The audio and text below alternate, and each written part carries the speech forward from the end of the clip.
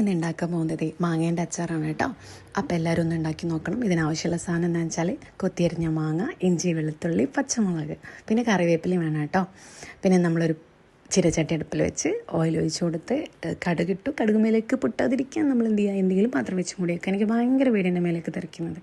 പിന്നെ നമ്മൾ കറിവേപ്പിലൊക്കെ ഇട്ട് മാങ്ങയും കൂടെ ഇട്ട് മിക്സ് ചെയ്തിട്ട് എന്ത് ചെയ്യുക, ആ പാത്രം വെച്ചിട്ടൊന്ന് മൂടി വെക്കുക. കാരണം എന്താ വെച്ചാൽ അതൊന്ന് മയപ്പെട്ടുള്ളൂ. പിന്നെ നമ്മളതിലേക്ക് ഈസ്റ്റേണ്ട അച്ചാർ പൊടിയും കൂടെ ചേർത്ത് നന്നായിട്ട് ഇളക്കാം. പക്ഷേ ഇതിൻ്റെ ഹൈലൈറ്റ് ഉണ്ട്. ഇതിൽ നമ്മളൊരു സീക്രട്ട് ഇൻഗ്രീഡിയൻറ്റ് ചേർക്കുന്നുണ്ട്. അതാണ് നമ്മുടെ പഞ്ചസാര. ഞാനിപ്പോൾ ചേർത്തത് പഞ്ചസാര ഒരു 3 ടേബിൾ സ്പൂണാണ് ചേർത്ത് കൊടുക്കാം. പിന്നെ നമ്മുടെ വിനാഗിരിയും കൂടെ വെച്ച് നന്നായിട്ട് മിക്സ് ചെയ്യാം. അതെ മക്കളെ, ഇതിൻ്റെ ഒരു സ്മെല്ല്. അപ്പോൾ കുറച്ച് വിനാഗിരി കുറവാണെന്ന് തോന്നിയപ്പോൾ ഞാൻ കുറച്ചും കൂടെ ഒഴിച്ചു കൊടുത്ത് നന്നായിട്ട് മിക്സ് ചെയ്ത്. എൻ്റെ അല്ലാ, ഒരു രക്ഷയില്ല. എല്ലാവരും ഒന്ന് ട്രൈ ചെയ്ത് നോക്കൂട്ടോ.